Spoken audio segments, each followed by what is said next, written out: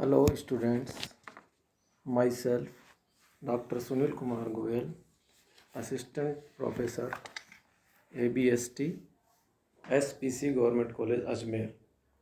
आज मैं आपको एमकॉम प्रीवियस ABST के अंतर्गत मैनेजमेंट अकाउंटिंग के अंतर्गत मैं आपको मैनेजमेंट अकाउंटिंग यानी कि प्रबंध लेखांकन का अर्थ और उसकी परंपराओं के बारे में आज इस वीडियो के माध्यम से मैं आपको बताने जा रहा हूँ।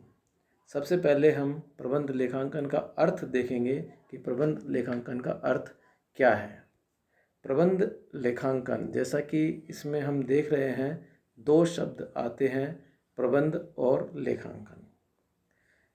प्रबंध से आशय उस कला से है जो एक निश्चित लक्ष्य की प्राप्ति के लिए मानव शक्ति का नेतृत्व, मार्गदर्शन तथा संचालन करती है।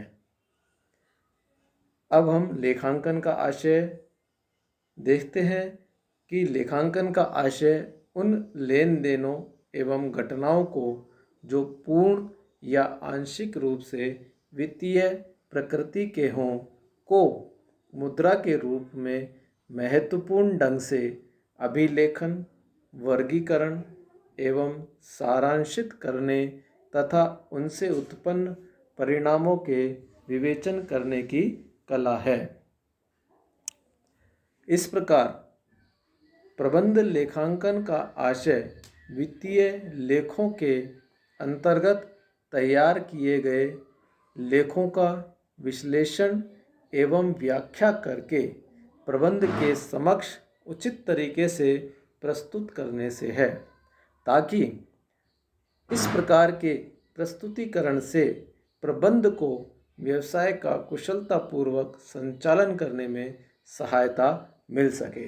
तो ये तो हुआ प्रबंध लेखांकन का अर्थ। अब हम नेक्स्ट परंपराओं के बारे में जानकारी करते हैं कि प्रबंध लेखांकन की परंपराएं कौन कौन सी हैं। देखिए, किसी भी समस्या विशेष के समाधान हेतु जो सामान्य व्यवहार या रीतियां पूर्व में या कालांतर में प्रयोग में लाई जाती रही हैं, उन्हें ही हम परंपराएं अथवा प्रथाएं कहते हैं। इसी तरह की परंपराएं प्रबंध लेखांकन में भी अपनाई जाती हैं, जो कि प्रबंध लेखापाल को अपने कार्यों के सफल निष्पादन हेतु इन आधारभूत परंपराओं का पालन करना चाहिए। प्रमुख जो परंपराएं हैं वो इस प्रकार से हैं।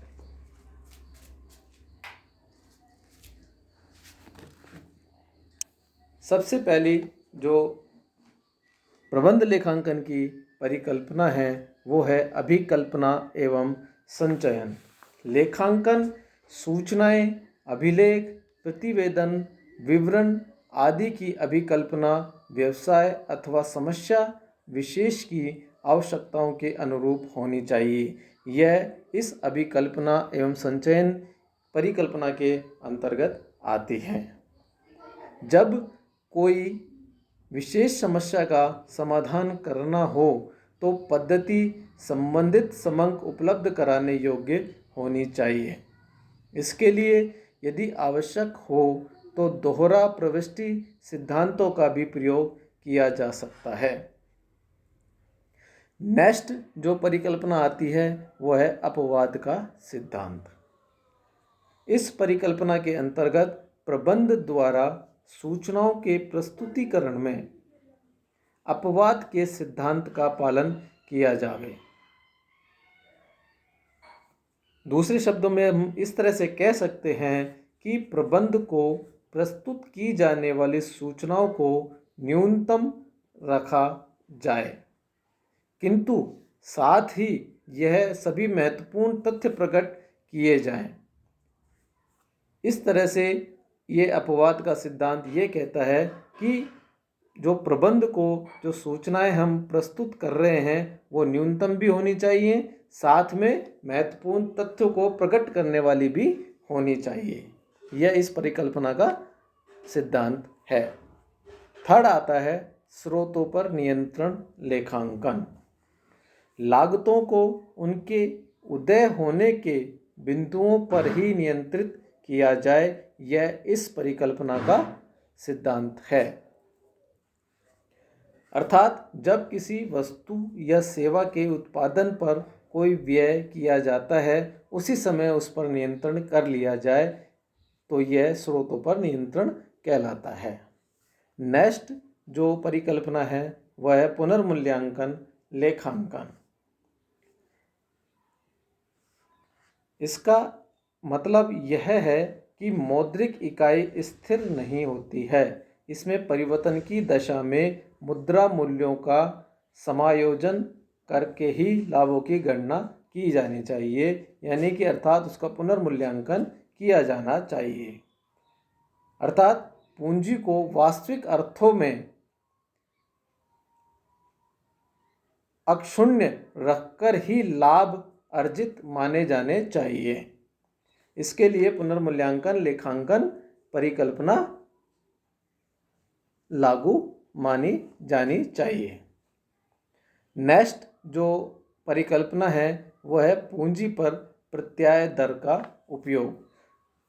इस परिकल्पना के अंतर्गत व्यवसाय की कुशलता तथा साधनों के प्रभावी उपयोग का माप प्रयुक्त पूंजी पर प्रत्याय के आधार पर किया जाए।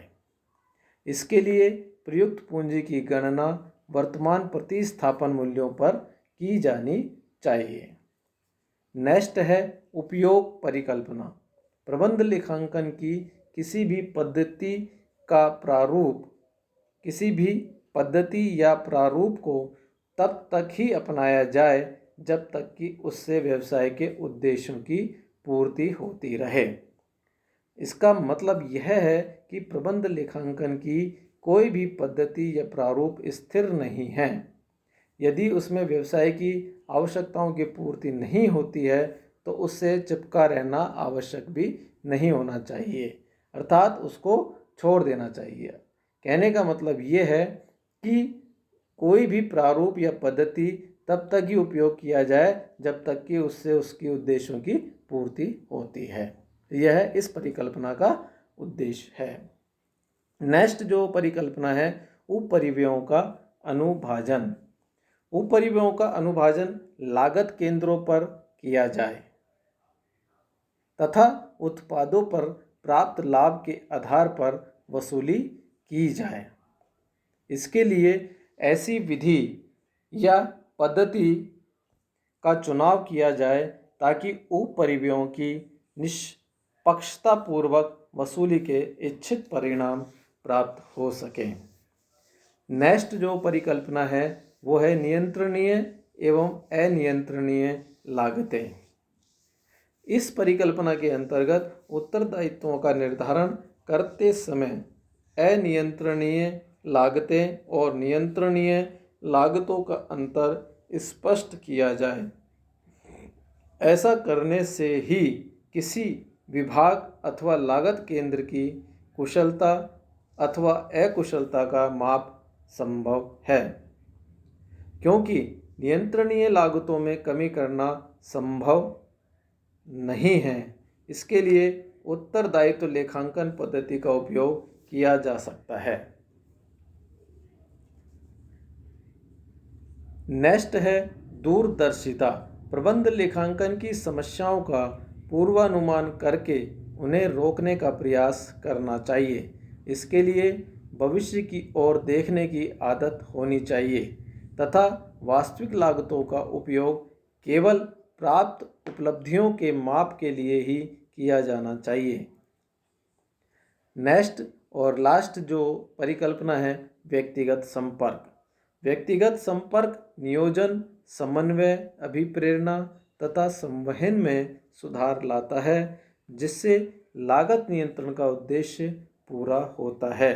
इसलिए उत्पादन, विक्रय एवं अन्य कार्यात्मक कर्मचारियों से समितियों, आदि के अतिरिक्त अन्य तरीकों से व्यक्तिगत संपर्क भी आवश्यक है, जो कि यह व्यक्तिगत संपर्क परिकल्पना के अंतर्गत आता है। इस प्रकार हमने आज के इस वीडियो में प्रबंध लेखांकन का अर्थ और प्रबंध लेखांकन की परंपराओं के बारे में जाना।